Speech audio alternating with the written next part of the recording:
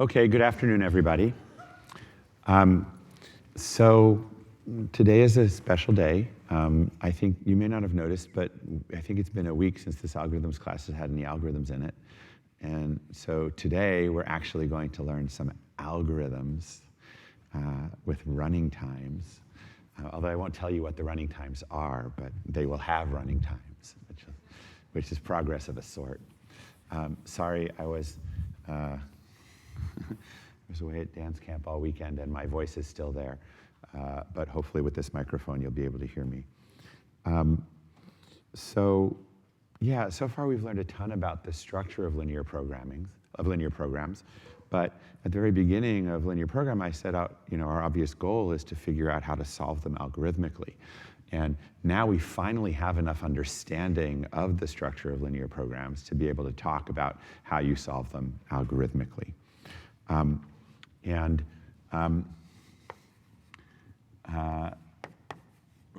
One of the big questions that has been around since the start of the study of linear programming was whether you can solve linear programs in polynomial time, right? And we have already seen, first, we've taken a lot of steps toward this. We've understood the structure of the linear programs,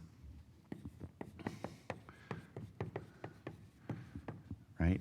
And we talked about verifying solutions. We talked about verifying feasibility, which is quite easy to do, right? If you have a feasible point, well, you can check that it's feasible, no problem.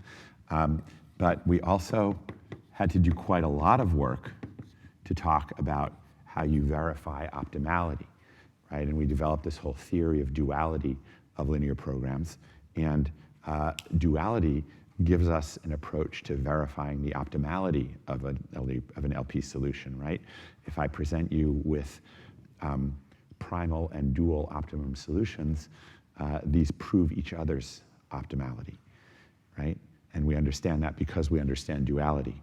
And we also talked about the size of these solutions, right? That both the primal and dual solutions are in have polynomial size, thanks to the fact that a vertex of a polytope is a polynomial size, has polynomial size numbers in it.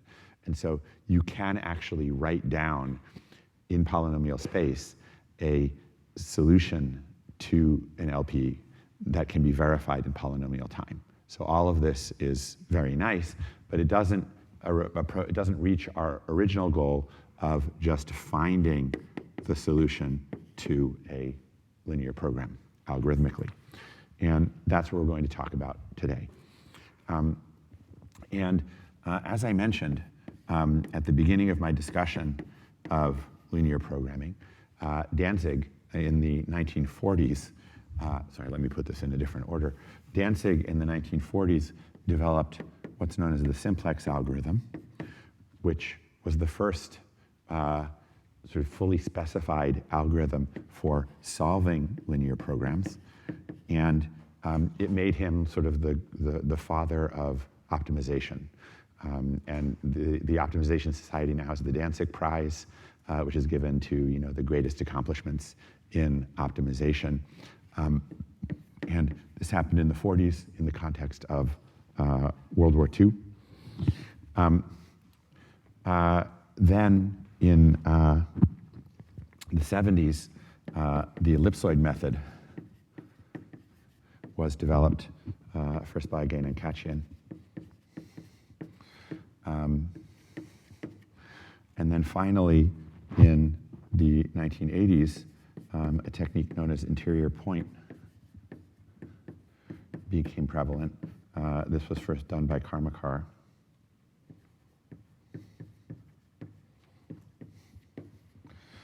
Okay, and my plan is to tell you in full detail, well, almost full, 90% detail about the Simplex algorithm, then to give you a really good grasp of the ideas behind the ellipsoid algorithm, and to then just wave my hands vaguely about interior point.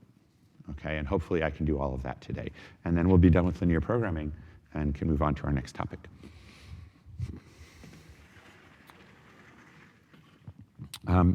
So let's talk about Simplex. And we're going to be focusing on standard form linear programs. Okay, we know any LP can be put into standard form, right? And we know that the optimum of any standard form LP can be found at a basic feasible solution, a vertex of the polytope. And this gave us our first algorithm for linear programming already, which is just to enumerate all the vertices, right? And check which one has the optimum objective value. But now we're going to try and do better than literally checking every single vertex of the polytope, all right? But in order to do that, we're going to try and get a little bit more insight about these basic feasible solutions. So I'm going to first assume or state that without loss of generality, we can assume that the constraint matrix A, yeah, right, this is the standard form, right? Min Cx, Ax equals B, x greater than or equal to 0. So I'm going to assume that A has full row rank. In other words, all the rows are linearly independent. Okay. How can we assume this? Well, let's take the matrix A and find a basis of the rows, which I'll call A1 through AK. Okay. Now suppose that we have some other AL that's not in this basis. Okay. But that means that it's a linear combination of them, so I can write it as sum of lambda I AI over I in the basis, right? But now, right? So if we had this AL constraint, the reason it's there is because there's some constraint that says ALX equals BL, right? But now if we use this expansion of AL, what that's saying is that the sum of lambda I AI times X has to be equal to BL, right? But that's just saying that the sum of lambda I times AIX is equal to BL, right? But what is AIX in this linear program always going to be for feasible points? Yeah? It's going to be BI, so this is just saying that sum of lambda I times BI is equal to BL. So really you've got two possibilities. If indeed sum of lambda I times BI is equal to BL, then any X that satisfies the basis constraints is also going to satisfy the L constraint, right? And so we don't need the L constraint in that case, okay? As long as this is satisfied, okay? Now suppose that this is not satisfied. Then what happens?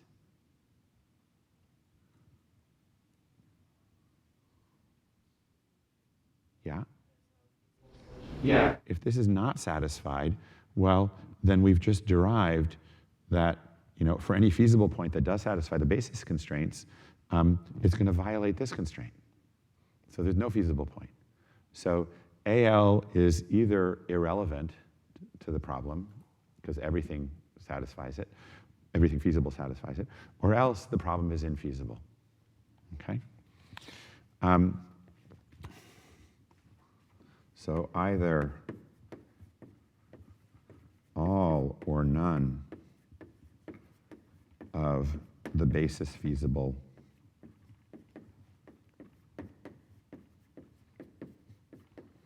x's satisfy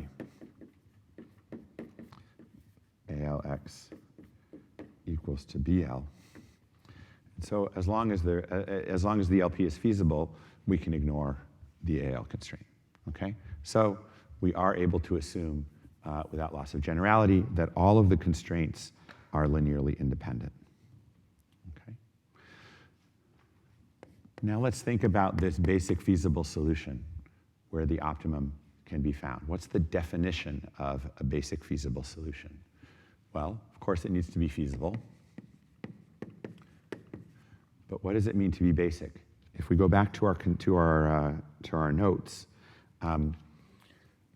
basic means that all of the equality constraints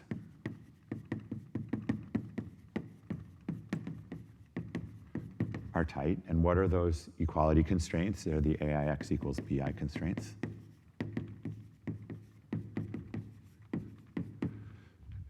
But also that n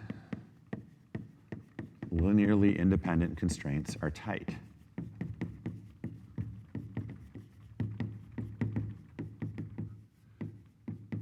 Right? Now, there are only m of these. Right? That's the definition of m, is the number of rows. Where do we find the other constraints to make n?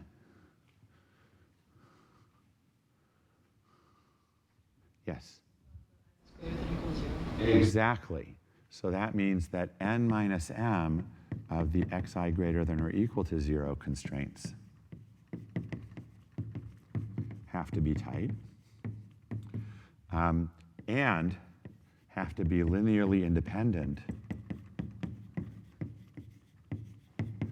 of the A matrix, right? The basic feasible solution has n tight, linearly independent constraints, okay? So they have to form a basis, a full basis of the entire space. Yes? So let's write down let's make a picture of this in our matrix, okay? So we start out with the AX equals B rows.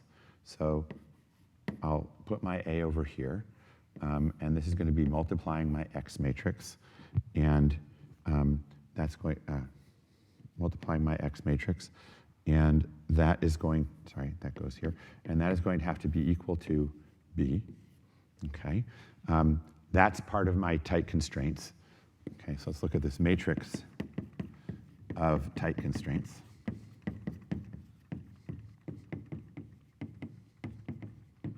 So I have that AX equals B, that's M of the constraints, but I also want to write down the fact that, sorry, let me give myself a little more space here. Sorry if I'm messing up your notes.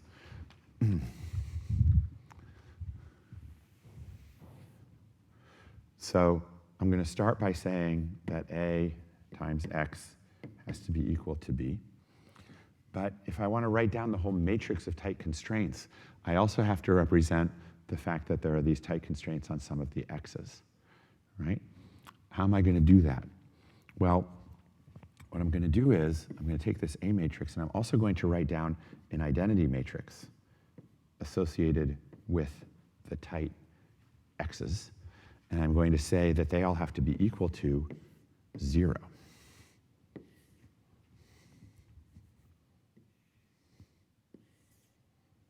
Okay? So this is saying x1 equals 0 and x2 equals 0. So I've reordered things so that these are the tight xi's. Okay? Now, note here that these are n minus m rows. There are n minus m rows in this identity matrix, right? And that means that there are also in this identity matrix n minus m columns. Yes? Because it's a square identity matrix that is asserting that this identity times the x is 0. But this doesn't cover all of the x's, right? There are more x variables, okay? And so I have to put a 0 here to ignore all of the other x variables, right? There's already a bunch of zeros for x2 through x3, but the higher index x's need to be zeroed out in these constraints. Yes? And so that produces the other m columns of this square matrix. Is that making sense? And so I claim that this codifies the statement that we have these n-tight constraints. Everybody happy with that? Okay.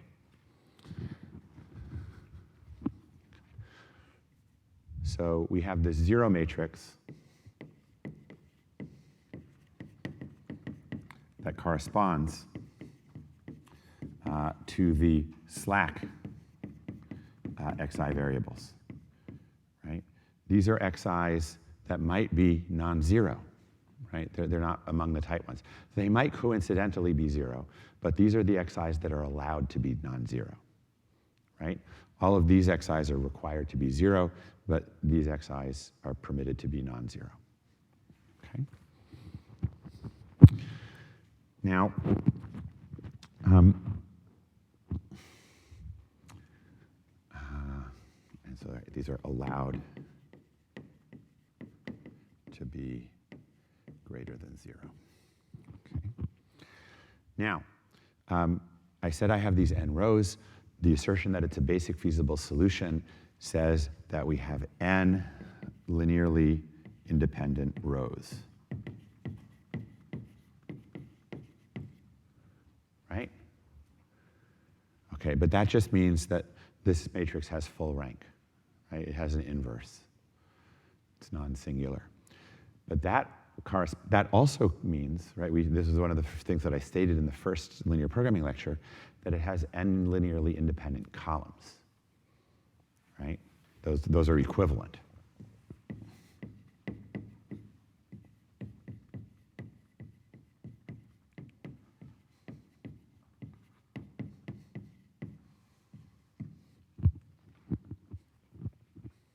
Okay? So let's take that perspective. We know that this matrix has n linearly independent columns. Now, how would we, looking at this matrix, decide if the columns really are linearly independent? Okay, what conditions have to hold on this large square matrix in order for the columns to be linearly independent? Well, I claim that for the first n minus m columns, we're fine. Why is it that for the first n minus m columns, we're fine? We don't have to worry about dependence among them.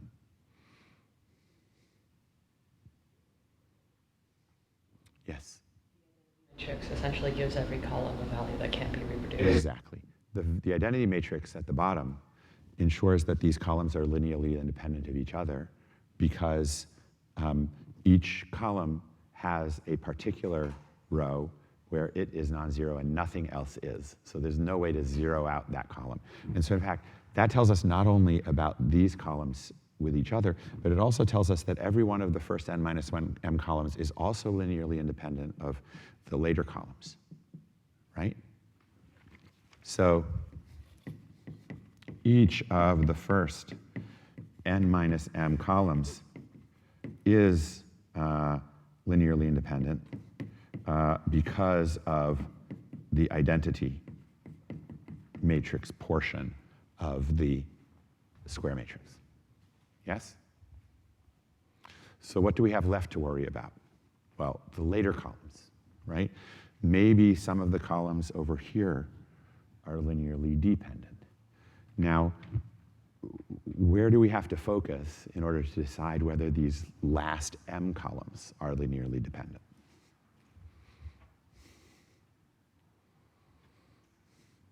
Yes? We have to focus on the first m rows, right? The bottom is all zeros.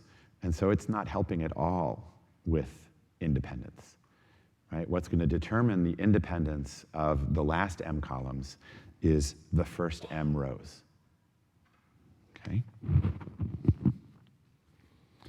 The last m rows dependence, I should say depends on, but that would be really confusing. I'll say is based on, although that's not much better. It's based entirely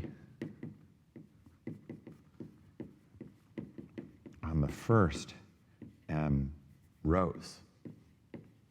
Sorry, the last m columns. Dependence is determined. That's a good word, determined. Although there's determinants. So none of these words are great, but determined entirely by the first m rows. Okay. And so this gives an alternative definition of a BFS.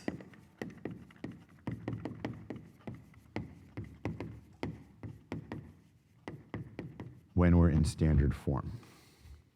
Okay. We need for AX equal B, and we also need m linearly independent columns of A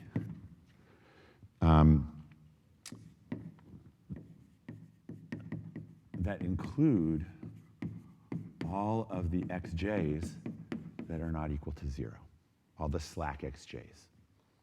Okay? Now, you may be thinking, okay, maybe these columns are linearly, maybe these last m columns are linearly independent, but what about are they, how do we know they're independent of the earlier columns? Well, we still got this identity matrix, right? Whatever linear combination we take of the last m columns, it can't do anything to kill the identity matrix. And so as long as these last m columns are linearly independent of each other, all of the columns are linearly independent. Okay?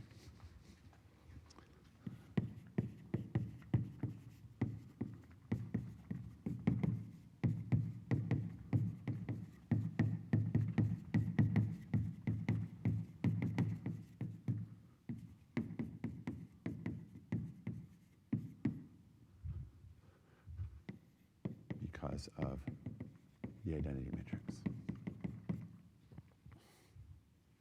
Okay. So this is actually, right now I'm just defining a vertex of the polytope, right? It might not actually be feasible, but it is a vertex. And the xj that correspond to the last m columns are called the basic xj, and the others are called non-basic. And these last columns themselves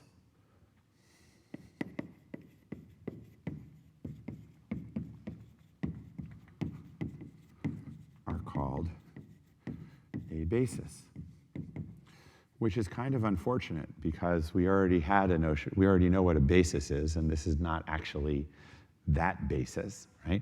Or rather, it's a basis of A. It's a basis of this particular square matrix, right? They are linearly independent of each other, but it's not a basis of this entire square matrix.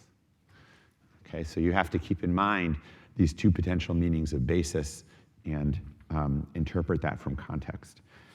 But there's 70 years, 80 years of history behind this, so I can't change it. And we're just sort of stuck with that. Okay. Now notice that if you're given the basis, you probably didn't notice this yet, but I'm going to make you notice it. You can compute x. That is, if I tell you which columns are the basic columns, you have everything you need in order to compute the specific point, the specific vertex x, okay, that corresponds to that basis. Okay. The way I do this is I first write AB to be the square matrix. Is it square? Yeah, is the square matrix of A from the basic columns.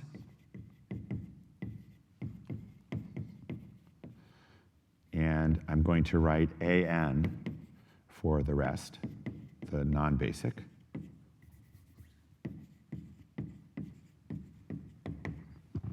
Okay. And what do I know, right? At this vertex x,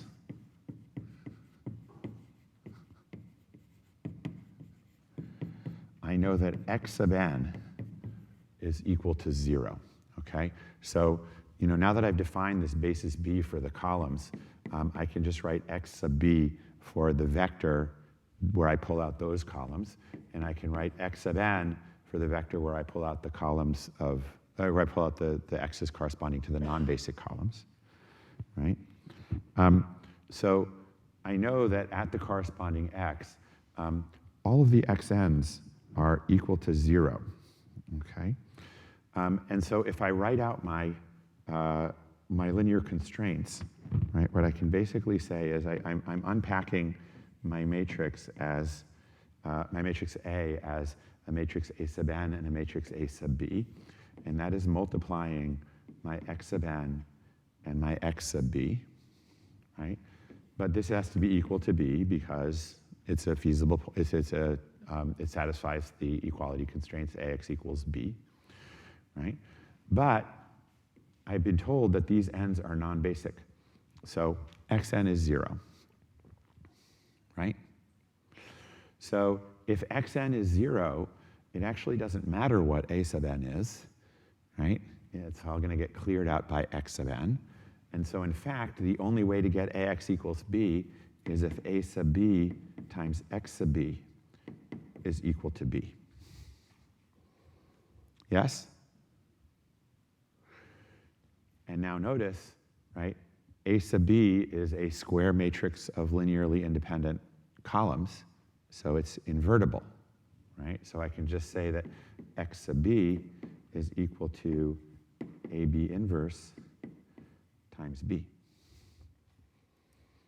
And so that gives me x, right? All the xn's are 0, and I can construct the x sub b's by inverting A sub b. So we go from just a list of columns to an actual point. And essentially what we're doing is, if you have n-tight constraints, you can take the intersection of those n-tight constraints to get the point at the intersection. But this is sort of notationally a nice way to think about doing it.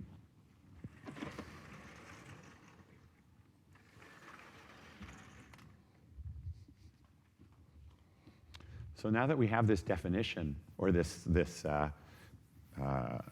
formula for the point x, now we can say what makes a vertex into a basic feasible solution. That is, how do we assess feasibility, right?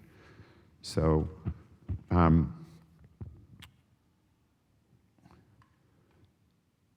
oh, sorry, just two other things to note here. One is that a single x might correspond to many bases, right? If you have a lot of zeros in x, you may be able to have more than one choice for which columns you call the basic columns. Because, in fact, if x is the all zeros vector, right, then any set of columns could perhaps be basic because nothing is slack. So you're allowed to put any column you want to into the basis. You just need to satisfy the linear independence condition. Okay? So from a basis, you get exactly one x, but from an x, there might be many bases. Okay?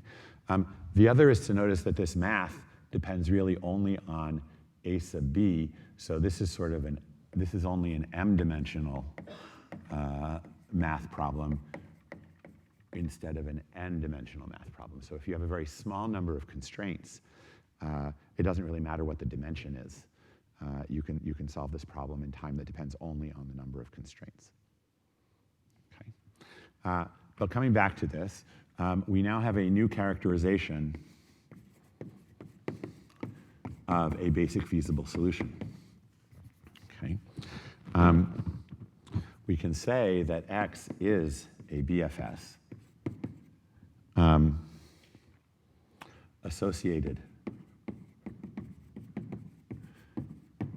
with some basis B, if and only if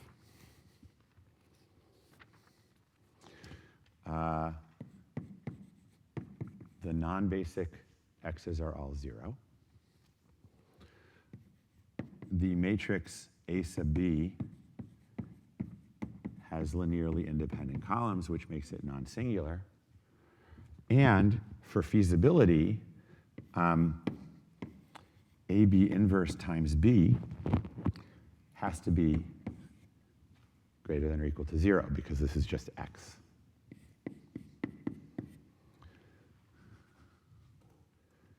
Okay? So what's interesting about this is that it defines, or checks for a BFS, simply by looking at the non-basic X's and the columns of B. You never explicitly talk about the basic X's at all. They've kind of vanished from the description. And we're going to use that in our algorithm. Okay?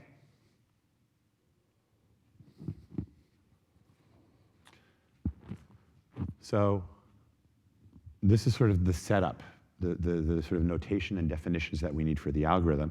I'm about to dive into the algorithm. Are there any questions about the setup? No? Okay, so let's talk about the algorithm.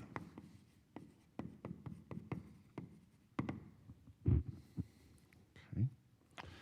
So the idea of the algorithm is to start with some BFS, and then if it's not optimal, to improve it. And to just keep doing this until you're done and at an optimum.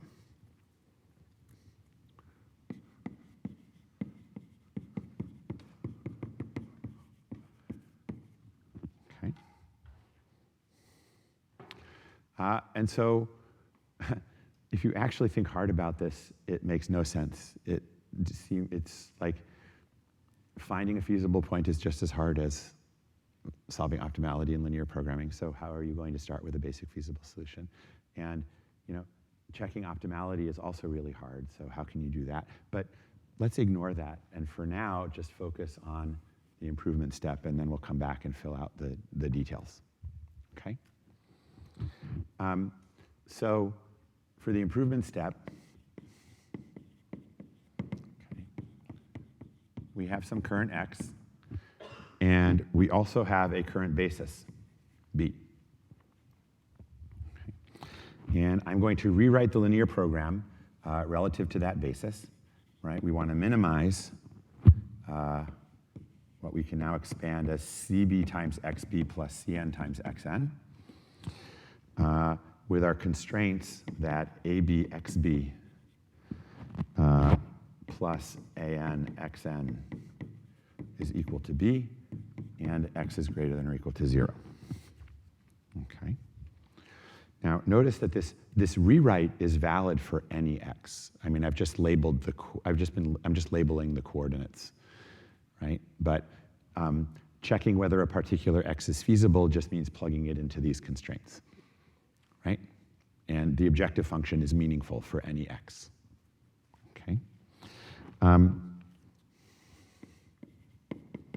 This is a valid formulation for any X. It's just sort of a B, it's just a formulation that's been formed relative to B. Okay? But we know at the basis, we know that xn is equal to 0. But more generally, right, we know that ABXB, right, over here we wrote ABXB plus ANXN equals B. We can rewrite ABXB equal B minus ANXN for any feasible x, right? That's just in the definition of feasibility. So that implies that, again, for any feasible x, remember that a sub b is invertible. X sub b can be written as a sub b inverse times b minus ANXN, right? And that means that I can write Cx as equal to CBXB plus CNXN. But now I have a formula for XB in terms of XN. It's CB times times AB inverse times B minus ANXN plus CNXN. Okay? And so what I've done here is I've eliminated x sub b from the formula. I now have a description of the objective only in terms of the non-basic variables. And again, this is still valid for any x, or for any feasible x, right? It's not only valid at the current basis. It's valid for any x. It's just a rewrite of the formula. Okay? But now that I have expressed it just in terms of xn without xb, I can group together the xn portions. So I have a CB AB inverse times b, which is just a constant, right? There's no dependence on x at all, plus C sub n minus CB AB inverse b, times an, all times x sub n. And again, all I'm doing here is just rewriting the objective function in terms of the non-basic variables. And remember, again, this is valid for any feasible x. Okay? And so what's important is that, or rather I can continue my rewriting by saying this is some constant, which I can't control, plus, well, what's in the parentheses is also a constant, right? So I'm going to take that big vector, which is multiplying x sub n, and I'm going to call it c tilde n times xn. And so this defines c tilde n. It's just whatever came out of that rewriting.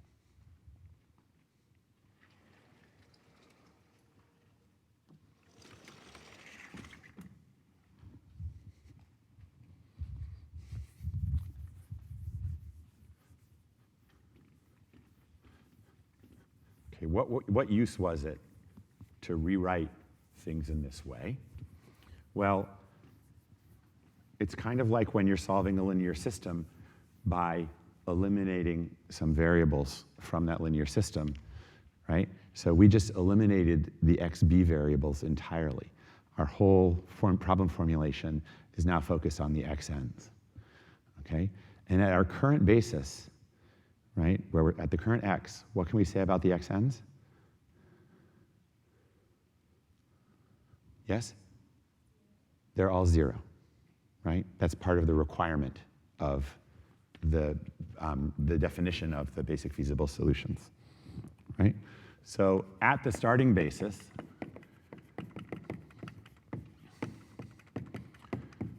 all the xn are equal to 0. And that, of course, implies that the value of Cx, which is equal to Cn tilde times xn is, which is equal to that constant plus, or let me write out that constant, CB AB inverse B plus Cn xn, C tilde xn times xn. What's the value of that objective function? Well, everything got zeroed out here, so this is just equal to this first value. Yeah, let's not write it that way. CB AB inverse times B. Okay. Now, what can we say about other feasible x's? Okay, and again, we can now focus entirely on the xn's, right? And if x is feasible, what do we know about the xn's? What's the feasibility requirement for x? What does it impose on the xn's? Yes? They're all greater than or equal to 0, right? Feasible xn, all greater than or equal to 0. So if that's the case, what can we say about an improvement to this point x? What if there does exist an improvement? What can we say about this representation of the objective? How can we have an improvement if all of the xn have to be non-negative?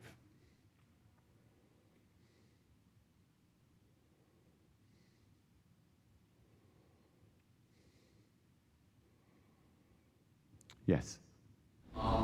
If there's a negative entry in C tilde. Exactly, right? The only way that you can get better than this constant is by subtracting something from it.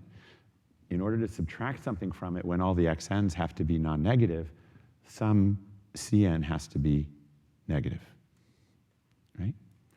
So I can turn that around and say, if all of the Cn tilde are greater than or equal to 0, we are at the optimum. Right? This is kind of nice. It's a way of checking optimality without talking about duality. Okay, we just sort of rewrote the primal in a way that shows us that we're optimal.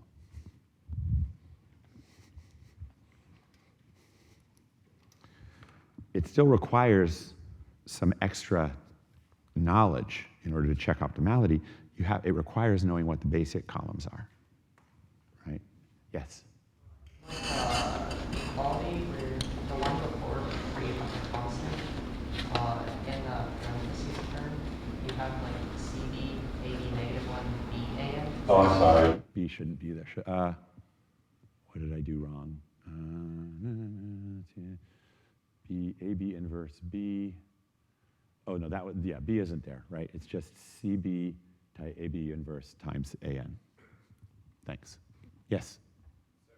We increase one of the non-basic variables from 0. Yes. And we also have to set one of the former basic variables to 0. Good. So, yes, I will get there, right? So, first we're going to understand what it means to be optimal. And then if we're not, again, the algorithm says improve if you're not optimal. So we're going to talk about that improvement step, right?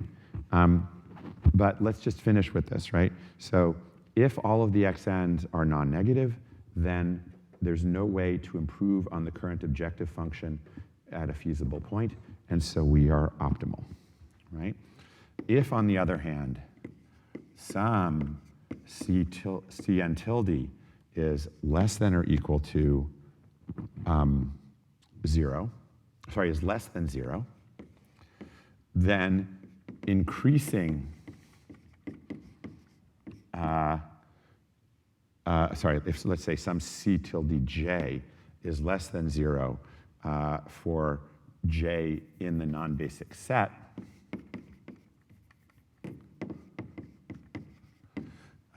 then increasing xj improves the objective function. Yes? So it's really an if and only if, right? You're at optimum if and only if, or sorry, it appears that way. We'll add some more detail. But it basically looks like if some Cj is less than 0, then you can improve the objective. And for that reason, among others, we are going to refer to these Cn tildes as reduced costs. Okay, shades of min-cost flow, right? We've sort of transformed the problem, not in a way that makes it a different problem, but that refocuses our attention on what matters, on these reduced costs instead of the original cost values. Okay? So if we have a negative reduced cost, then we can improve our objective function by increasing one of the xj's. So that seems great. Let's just go ahead and increase xj in order to get a better objective. But there are things stopping us from doing that, okay? Can we increase xj indefinitely?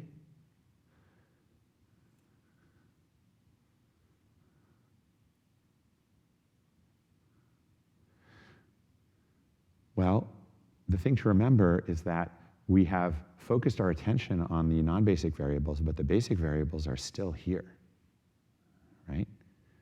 So increasing xj changes x sub b, right? Because remember in our derivation that xb is ab inverse times b minus an xn, right? And so if I increase one of the non-basic variables, it causes a change in the basic variables. And how is that going to limit my increase of xj? When do I have to stop increasing xj?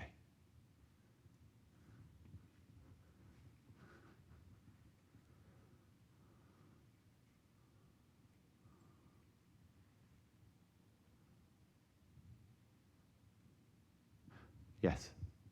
Increase it to some basic variable is 0. Exactly, right? There's a linear dependence here, right? So increasing xn is going to linearly shift some of the basic variables. And if some of those basic variables decrease, eventually one of them is going to hit 0. And when one of those basic variables hits 0, I have to stop increasing xn, because if I go any farther, that basic variable will become negative and I'll become non-feasible, right? So we can only increase xj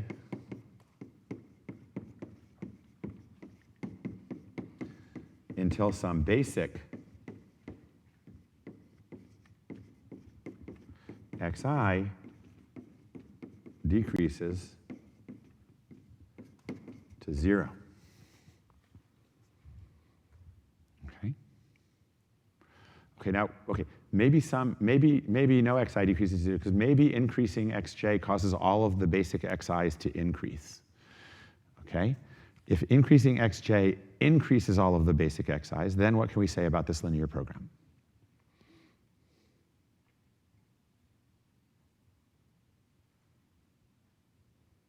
Yeah?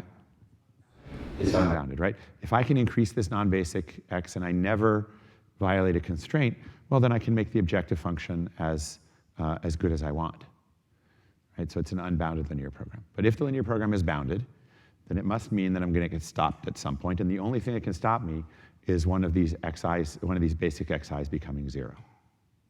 Okay? All right, so now, right, I started with xj equal to 0, and xi, right? And now I change things, now xi is equal to 0. So what should I do to sort of get back to the starting point of my improvement step?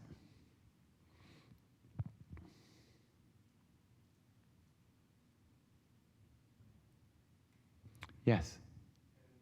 What j to the basis and I. Right. What I do is I can replace I, which was in the basis, by j. Right? So I becomes non-basic.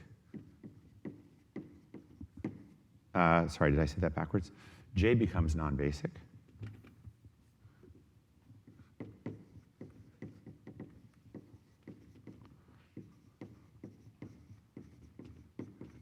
Which is great because I've increased it, right? I've made it non-zero, but it's allowed to be non-zero because it's non-basic, right? I becomes basic, which is allowed because xi is 0.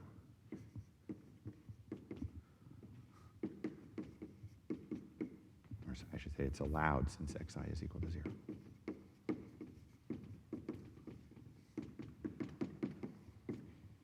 Yeah? Question? Did I do it backwards? Let's see. I am increasing xj, right? And, oh, yes, thank you. So it's the basic variables that are good. Okay?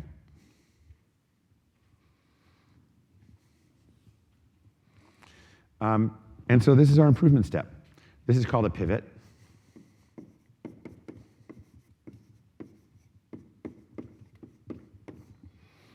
And again, what we're really doing is we're replacing one index by another in the basis, right? Which, if you go back to our polytope picture, we're essentially replacing one constraint by another constraint in the polytope, right? And the difference is exactly one constraint. So what that means is we're moving along an edge of the polytope from one vertex of the polytope to a different vertex of the polytope. And so this sort of gives the math for that geometric perspective of starting at a vertex and moving along a line, an edge of the polytope to a different vertex that has a better objective function.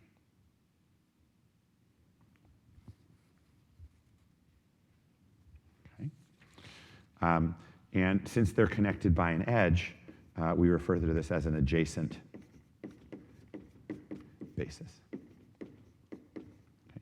And this is, the graph theory notion of adjacency, right? One of the first, possibly the first development of graphs was sort of the graphs of polytopes, right? Where vertex and edge meant literally vertex of the polytope and edge of the polytope, and adjacent vertices were vertices of the polytope that differed in one constraint. Okay? So now we have an improvement algorithm. Okay? Now let's go back and think about using this improvement algorithm as a solution algorithm, right? So this is local search, right? If you're not at the optimum, move to a better point, and you'll keep going until you reach the optimum. Actually, it's 3:30. Let's take a break and then talk about potential problems. So for now, let's all be happy that we have an answer and not worry yet about whether it's a good answer.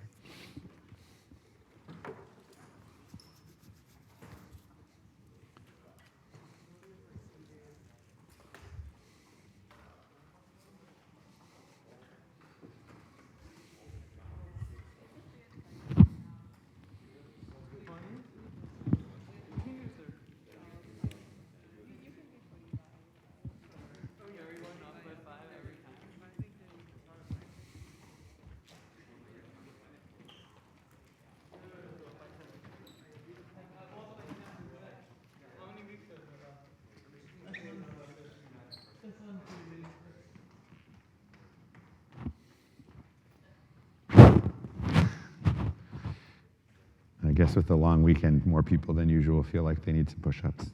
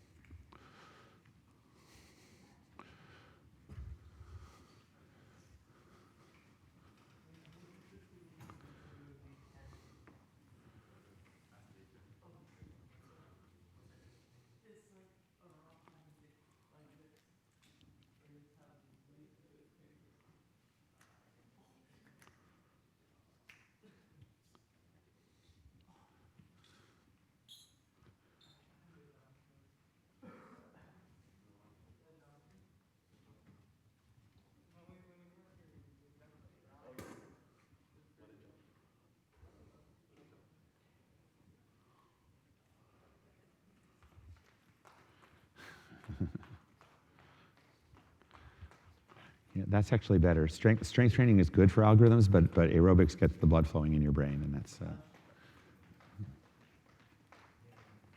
Although with burpees you get both, right? You get the aerobics and the strength training.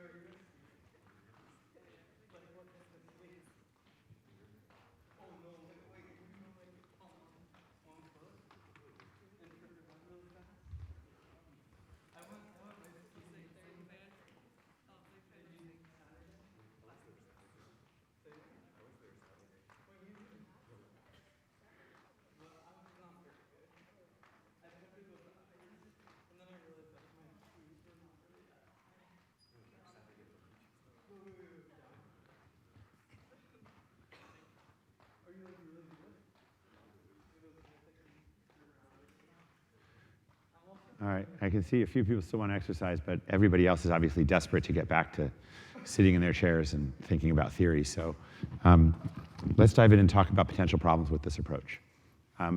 The first is, how do you find your starting point? So in order to start this algorithm, we need a basic feasible solution, which in particular means that we need a feasible point in the polytope. Now this seems like a no-starter, right? Because we've seen that finding a feasible point is exactly as hard as optimizing a linear program, right?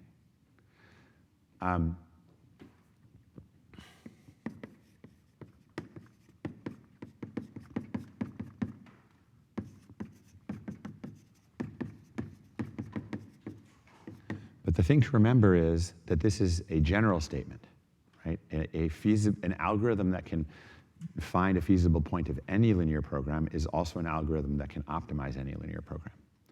But it may be that for a specific polytope, it is easy to find a feasible point even though it's hard to optimize. Okay? And so that's how we break through this here, which is we design a new LP whose optima are feasible points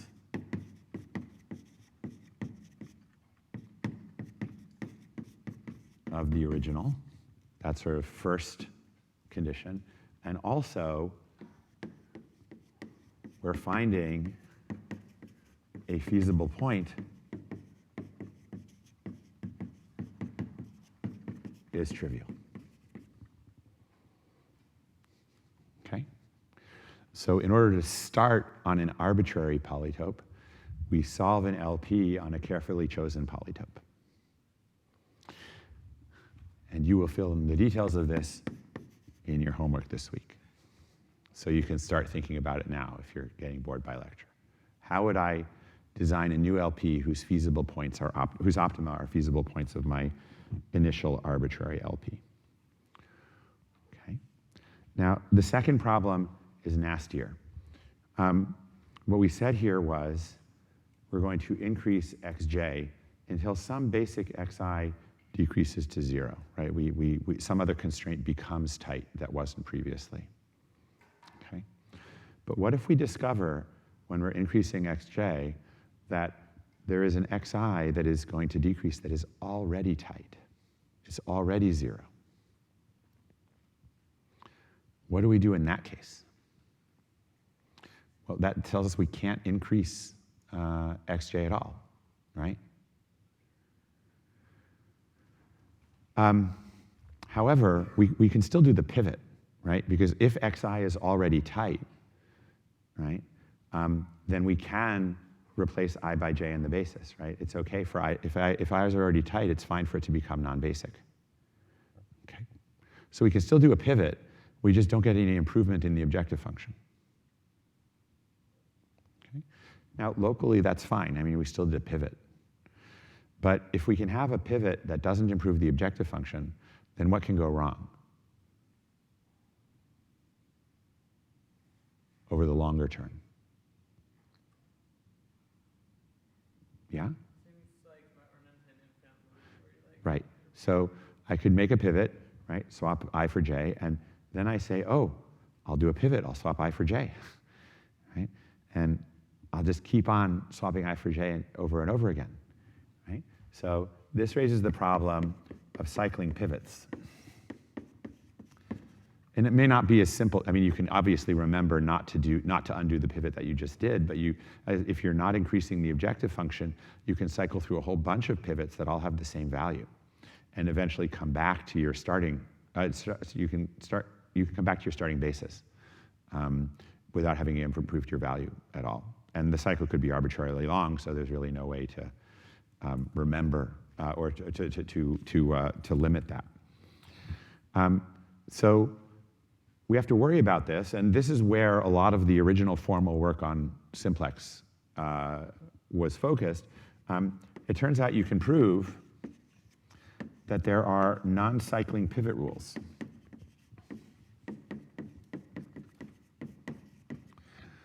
Okay, so here, again, the pivot is a decision about which I and j to swap, right? And if you have multiple choices, a pivot rule tells you which pair to choose to swap. And what people proved is that there is a way to do those choices so that you do not cycle. For example, you can use a rule that says always perform the lexicographically first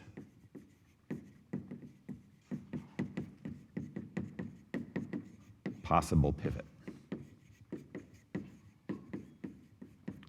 So it's kind of a tie-breaking rule, okay?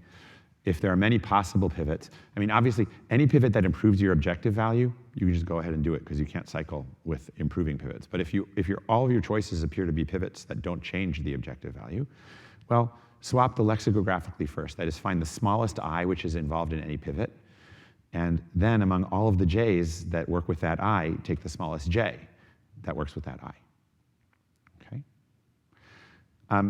And with some work, you can prove that this avoids cycles, okay? Now, it doesn't avoid cycles in the sense that, I mean, maybe I do pivot the lexicographically first I and j, and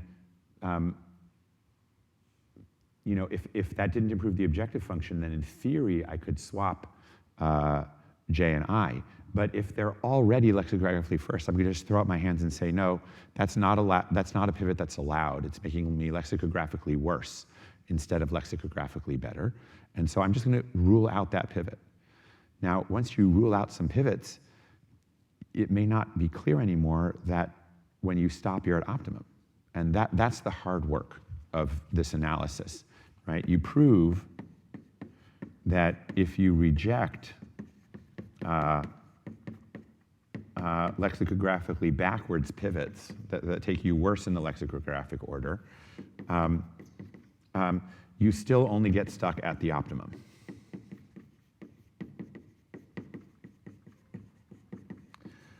And an intuition for how you can prove this is you can think about the lexicographic order as another part of the objective function. You basically say my objective is going to be my original objective plus some tiny epsilon times where I am in the lexicographic order. Okay? Another way to talk about that is to say that you're adding little epsilons to all of the dimension to the objective function. So you basically take Cx and you replace it with sort of C1 plus epsilon, then C2 plus epsilon squared, and then C3 plus epsilon cubed, all the way out.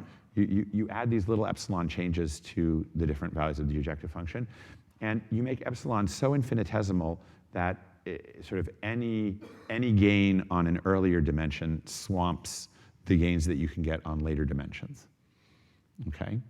And what this essentially does is it breaks ties. Okay, these pivots that don't make progress represent two vertices that have exactly the same objective value, right? So if you add in these tiny epsilons, you can arrange for no two vertices to have exactly the same objective value, so you can't have ties anymore. Okay, so if you take the time to think, you can work this out if you take the time to think about it. It involves some laborious math, but you can do it. But the end result is you've gotten rid of the ties, and so you have a non-cyclic pivot rule, and that means that when you get stuck, you will be at the optimum. Okay?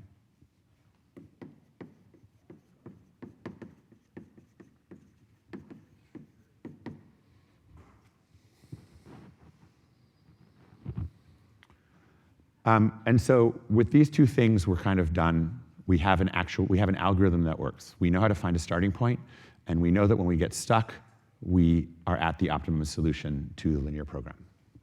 Okay? So it's an algorithm, but how fast an algorithm is it? What's the runtime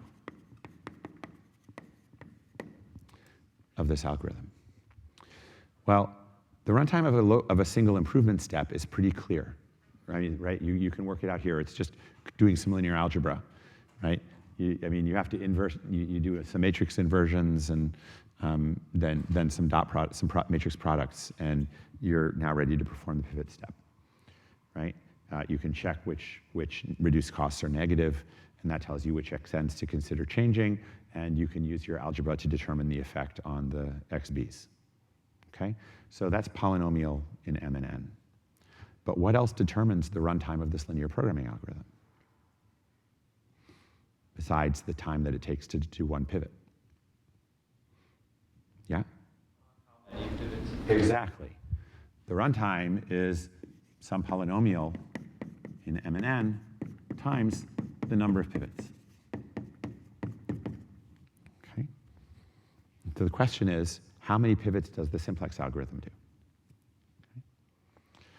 And so those horrible complexity theorists, a pair of them by the name of Klee and Minty,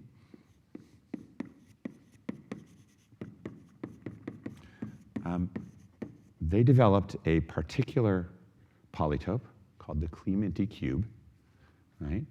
Where you take an n-dimensional cube, hypercube rather, and you twist it a bit to change, to make all of the objective, all the vertices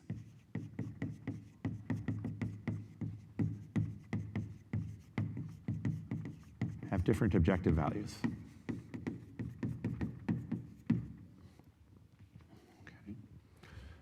Okay. But it's just a very subtle twist, so that basically all of your neighbors have a worse objective than the things farther away from you, if you start at the top of the cube. Therefore, they are able to give a series of pivots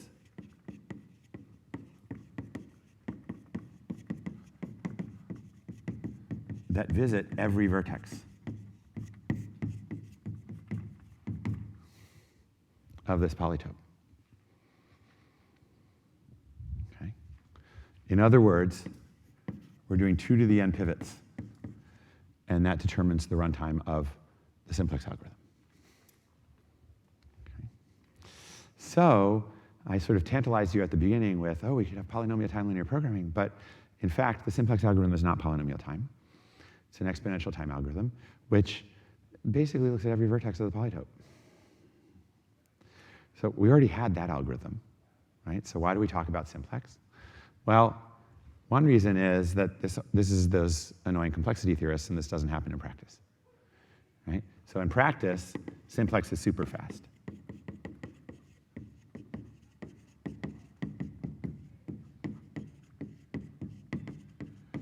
Except when it isn't. So every once in a while, you put in a linear program, and it just takes forever, and You can't predict because we don't have any worst case running time bound. Okay? Now, one of the reasons that Simplex is super fast is that there has been lots of work on good pivot choice heuristics.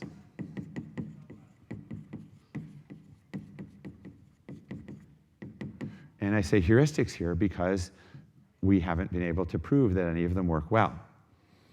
Right? So there's natural things to do, like a greedy algorithm that says take the pivot that improves things the most possible.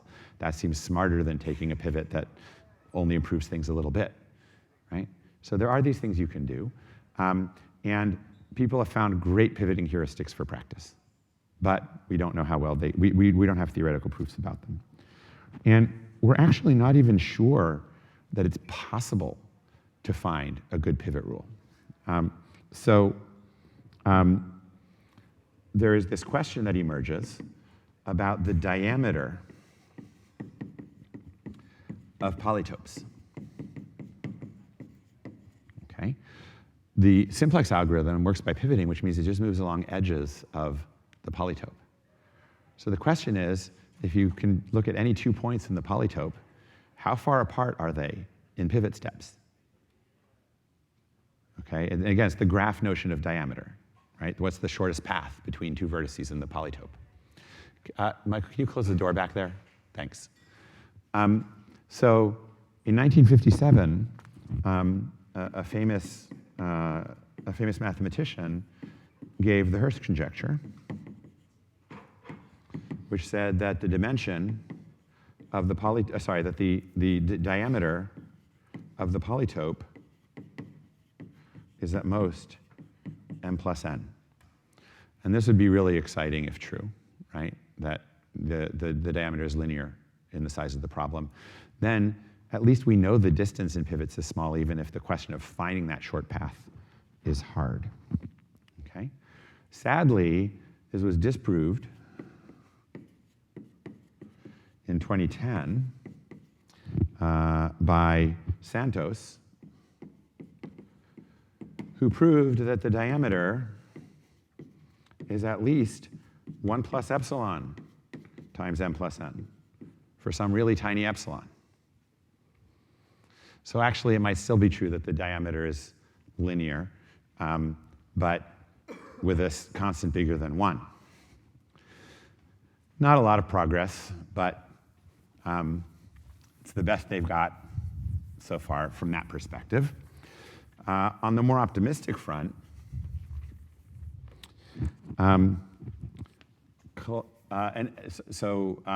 it's still possible, for example, I mean, maybe even if we can't get linear, we can get a diameter that's polynomial in M and N, right? And that's a really big open question right now. Is the diameter polynomial in M and N? So again, final project is coming. Feel free to prove that the diameter is polynomial in M and N. I'll give you an A, okay?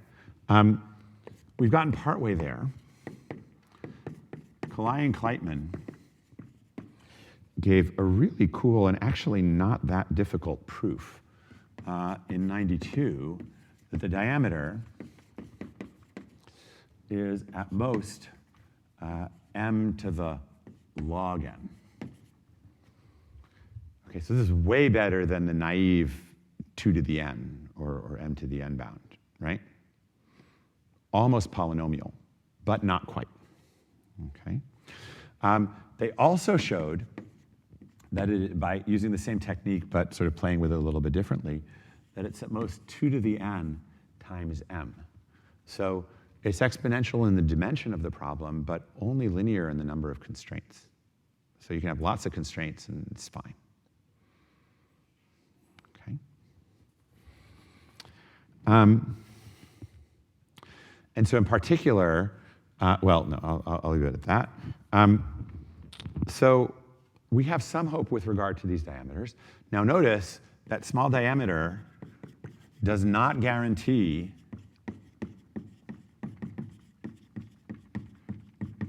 a fast simplex pivot rule, simplex algorithm.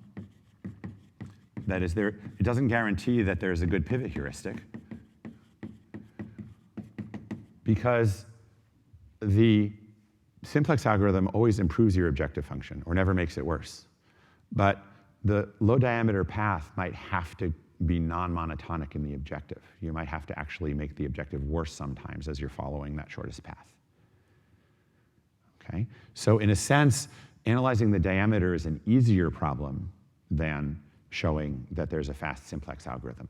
Also, guaranteeing the diameter is small doesn't tell you what pivot rule will follow the shortest path, right? You may need to construct the shortest path tree on the algorithm, which will take exponential time. Okay? So lots of really interesting open questions there. Okay? But the sort of the end of this story is that the simplex algorithm works really fantastically in practice, and again was sort of this seminal contribution by George Dantzig in the 40s, which really became the sledgehammer for optimization problems for like 50 years before something else came along that offered anything better. Okay? So on Wednesday, I'm going to tell you a little bit more about simplex. You know, I told you all about simplex with I never mentioned duality at all. So I'm going to show you a very interesting connection between simplex and duality. And then I'll tell you about the more modern approaches to linear programming, which give us some stronger results than simplex did. So for that, I'll see you on Wednesday. Are there any questions before we break? Yes? Are there any like things where you like pivot multiple things at once? Well, if by pivoting multiple things at once you mean like, I mean, sorry, it's sort of circular, but if you're talking about moving 3 steps, then you can see that as taking 3 steps where you move 1 step. So making 3 separate moves of 1 step, right? Now, you could imagine a pivot like these pivot rules basically just look at the neighbors of a vertex. You could imagine a pivot rule that looks at distance 2, at distance 3 from the vertex, and selects from that larger collection of vertices to move to. And you might need that sort of non-local inspection to follow. I mean, it's conceivable that, you know, with this, if you have a low diameter result, it's like, well, it's not monotonic, but if you look 3 steps ahead, you'll always get better than you did from your starting point. That's possible. So I don't think there's been a lot of work on that kind of question of multiple step pivots because well, there's the combinatorial explosion problem, right? That even 2 steps can have so many more vertices than 1 step. It becomes questionable whether you want to take that time to investigate or just take 1 step at a time. But if we did discover that diameter was small, but we couldn't find a monotonic solution, then looking at a larger neighborhood might be a way around that. Okay? Other questions? Yes? Only n choose n vertices? Yes? Choose n pivots instead of the same vertices feature? It depends. So this depends on the relationship between m and n, right? So if m and n are about the same value, then actually m choose n is much larger than 2 to the n, right? But for example, if you talk about linear programming in fixed dimension, right? I have only 3 variables, right? Well, it doesn't matter what the number of constraints is if I only have 3 variables, right? I mean, remember the Clementi cube is only one counterexample, right? There are polytopes that have more vertices than the Clementi cube because of that m choose n bound, right? But at least in terms of diameter, right? If you talk about fixed dimension, right? So the 2dm becomes a constant, well, then the diameter turns linear, right? So low dimension is very easy. We'll see more about that next time, actually, about the power of low dimension and sort of being independent of your constraints. Okay? Anything else? All right, then I'll see you Wednesday.